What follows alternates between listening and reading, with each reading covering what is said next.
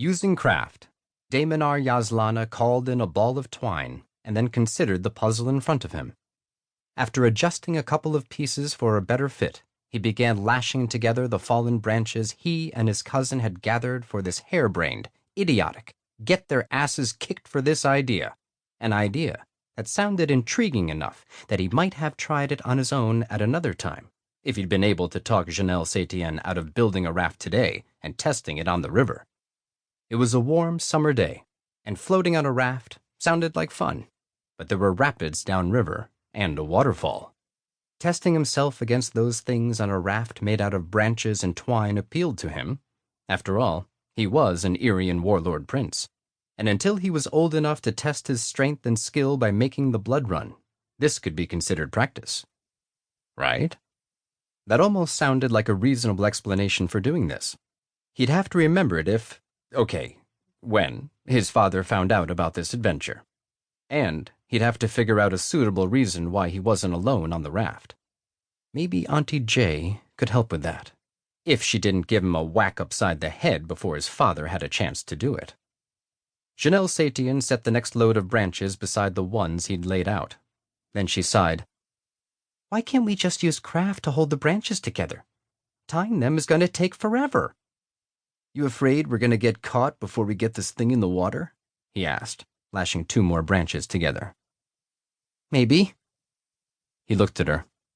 Jaenelle Saetien Sa Diablo had the straight black hair and gold eyes of all the long-lived races, but her skin was a lighter, sun-kissed brown, and her delicately pointed ears were a sign that some of her bloodline had come from the Dea Alman, a race of warriors often called the Children of the Wood.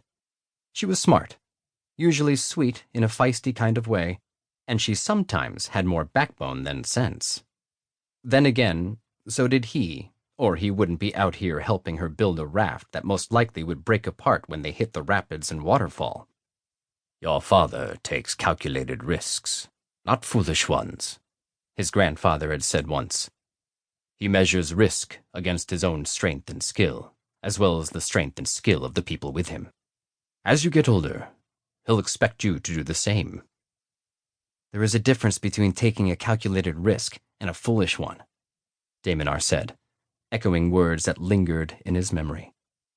We take the time to make this ride a calculated risk, or we walk away. She wouldn't walk away. Not completely. If he insisted on walking away today, she'd test a raft and a river at another time in another place without him, and that was unacceptable. She was family, and it was his duty and privilege to honor, cherish, and protect. But what are you going to say to our fathers if either of us gets hurt because you were impatient? He asked. She sat back on her heels and sighed. That's hitting below the belt.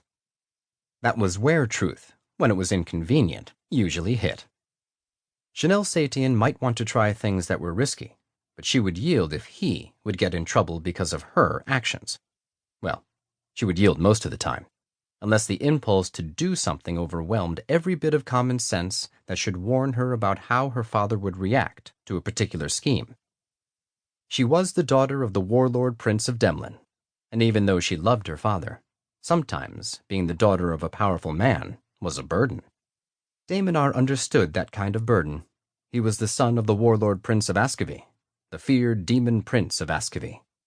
Those 2 men were not only brothers united by family and their service to a queen, unlike any other in the history of the blood, they were also the most powerful and dangerous men in the entire realm of Kalir.